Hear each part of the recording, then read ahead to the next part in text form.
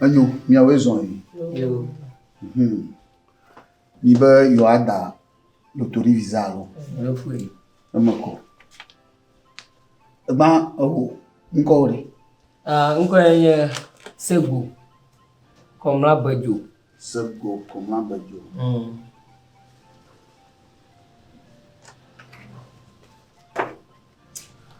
Doka na wana. Então film como wana. Wana film. Ikana okure yo de dia tan awo. Mawe. Awo nyire. Mawoni. Awo si mare do do. Mama wento. Ngoko. Avono vi wanko re. Ko ni asinyo le bene. Asinyo le bene.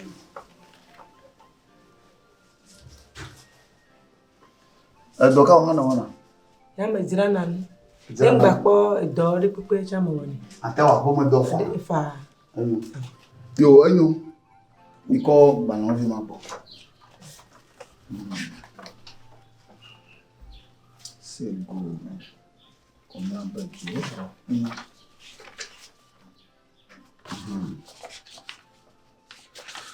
Anyo tore.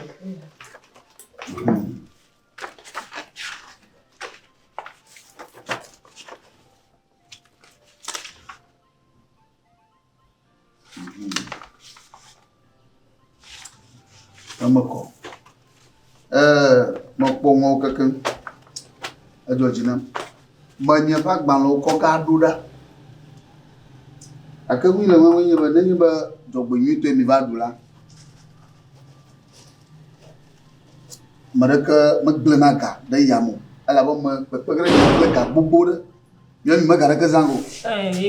Ka yo kata magblere miata. Ma hiaba maga. Onemi ha mate no mate kuno de pauvre. Na mate kono te pauvre. Madefu. Ba mi ore ka ko. Amuba nonko sumu. Amabalo fraton blani VONT na pocho. Ela mi de kuku pere nyanchi nyekula. Ni jo mi pa. Na gawala su. Ka na magbere nyamu mi tangula. Anya ina la fia ko yeba vignoli. Na mi doa na ko vignoli mi miade. Na fi shafi mi na mi ployiga.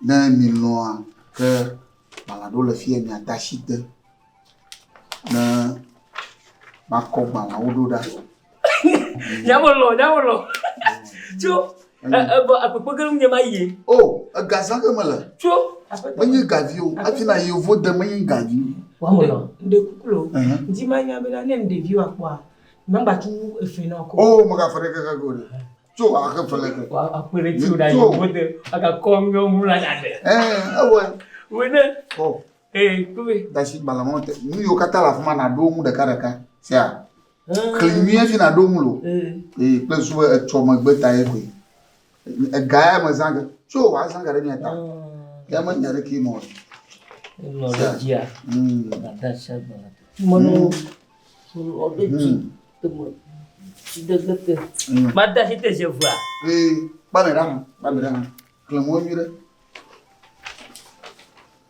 anyo cuidado yale maji menyen to maga ada site de kakio nyama to kala nyama kare gatinjo abanywa abara rezado ayo kwene no koto wadura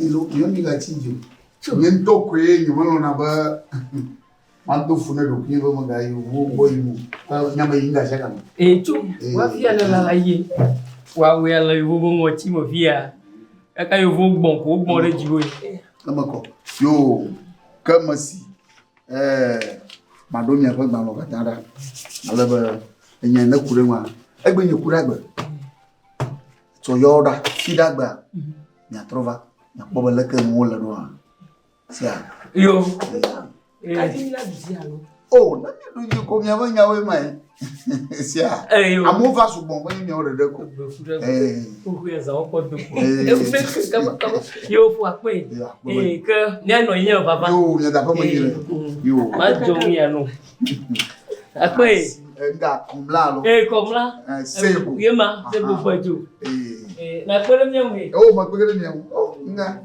ya ba gba lo wa D'accord.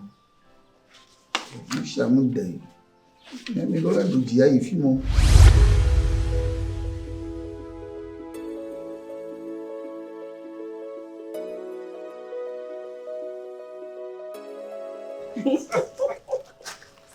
Ya le bien.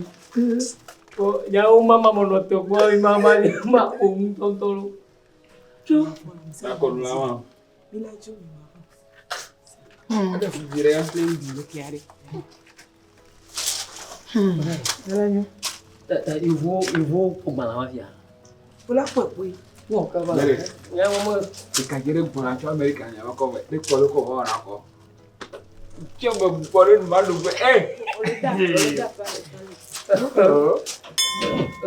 Ni bine ya ko. Mbona ni? Nanyari no bota mcheri ka haruno jibueri. Kenya kwa me reserve da. Na gwa cho America jaba no ji. No ji. Abo timo tumbo kia kule hadi ya. Kalau mau ya. Challenge sama ya. Dadaga oya yubo dia kwera. Amenyo le vote gbogbo. Amenyo le vote gbogbo nto e. Kemgbe e ba te kemgbe a. Amogo lo guje woju owo guje o ya. Yo, Yahweh son l'eau. Yo. Oh. Mais qu'ils me font kérékéria. Ils font me font kérékéria. Ahora Fousseni ya wa jemito. Jo Tonya. Anyo nyama yo kata nyaba malale miagbo. Da senko na nyaba dedu. Na du ha magblonga no jireka. Asina mkutoglo. Ya mabore. Oh. Mo du hon. Oboya Tonya. Le bleti comme là. Ya mabo. Au. Mo do jouer. Antonia.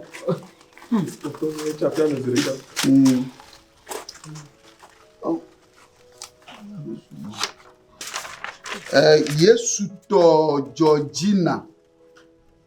Ya mabo. Oh. Oh. Awa Yesu to jifoko yara ire. Ka ajira we. Edu ya. Ah, o ya amado. Oh. Ya amado. Why?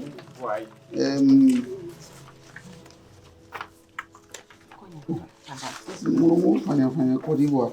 Quand on t'a mal au dos. Ma po gomela. Aha.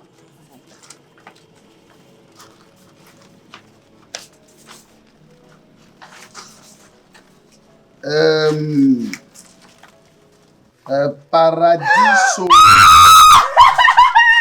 Awole paradiso. Enye. Ah, wa madu. Enya kawa ba. Obe to mi tu mi ga ko nya to halilu. To mo ji bona. Asinam ko. Mare. Asinam ko kuvi. Ah where? Ah, wa madu he afem. Ah, oh. Mi be Abe ba ya. Oh. No, ayo me. Enya kawa ba. Ko fit se kutoglo. Abega anya. Ah, wa madu he afem. Oh. Abega ide kutra kwa anya. Ko fit se kutoglo alo. Kutoglo. Mo le fi mi ra yin chona vai. To mo to he afem. Yesu. Ya bona American ko tu. Kokuvi Joe, ya mabo.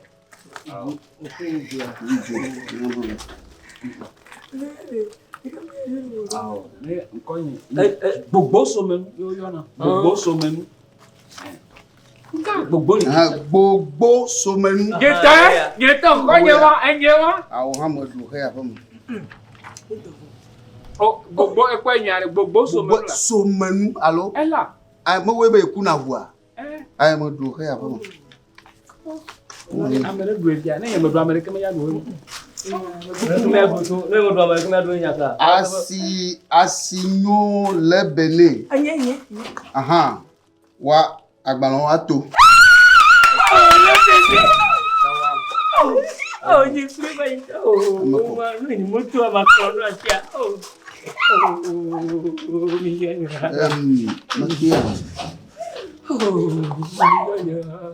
Koku c'est Kofi. Yama va. Yama do han tana no. C'est go. Oui, c'est go. On a adu.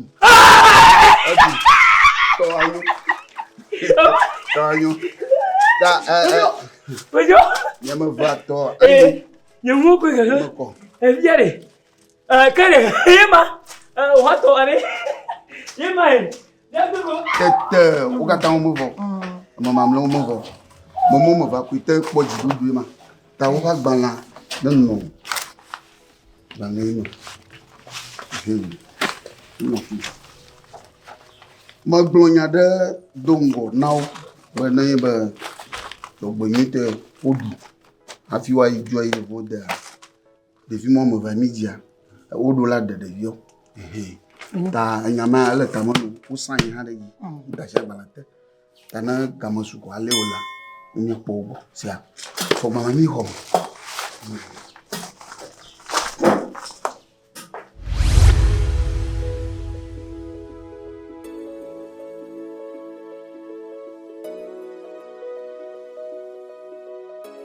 Bientôt minai. Amo bobo to yo gawa. Nyama yo ten poji dulu a. Agba ni so rege. Yamo le beso sore. Odra rodo. O na mo gan fa fia kwa. Enya ne li ble ko bi la dashi ba na te fia ko bang bang. Que nya so ontori. O wa ba. So on va poni allo. On va poni te tie. Oh, dadi o ha ba.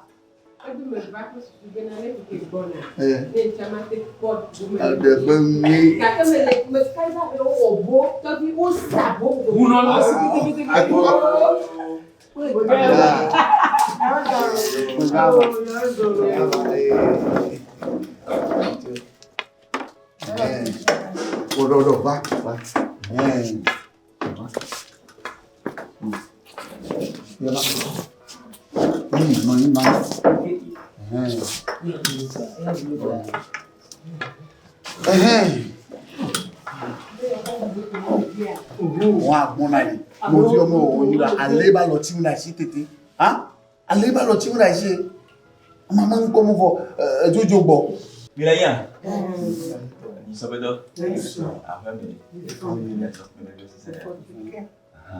enyo ba mo be kuloria ngendo mi to di sade ke popul fi de kan ya nya tado jinu kentie ni fi do bo ne ma di ja for nya fun wa Togo Fousseni maso grani ne ba di no tanami alumoyo oh nana mai yo abale nyanto mi anya na so re tani fado mai Aye bajo c'est beau comme là. Aso de la serre le mi abo tada Asignon le bene ya aso de le mi abo fie ko o ba gba la no ko vi wa da si ba le te kwa nya na e pa Ya ga pro wa je yu. enyo ni ma di ja for nya fu wa ma bien so e son Togo boni ba na ni nya yi so le ko ni asignon le bene waga bate Oje yo la ba.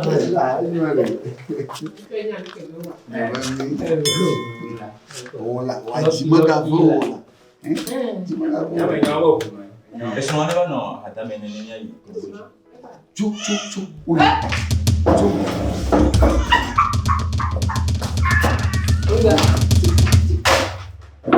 Unga jojo pia.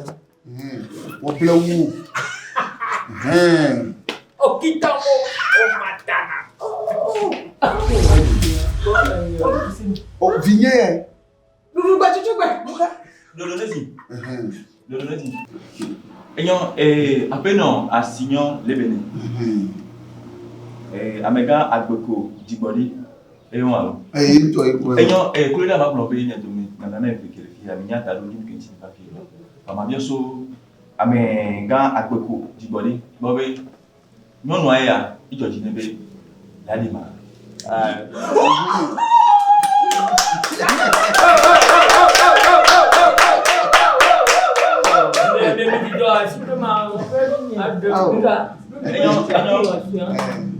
Maria so no wa tambo.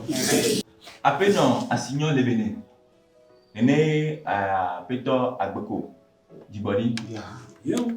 Be el nombe ya dio. Le gbo ade e Georgie no. Be ade apeto agbeko jibodi ya. Ah no le ya dio. Mate le nu yore. E de ga tro. Mate le nu yo nya ke mi gble yo. Na de. Ade mata ke veri to ato hosu.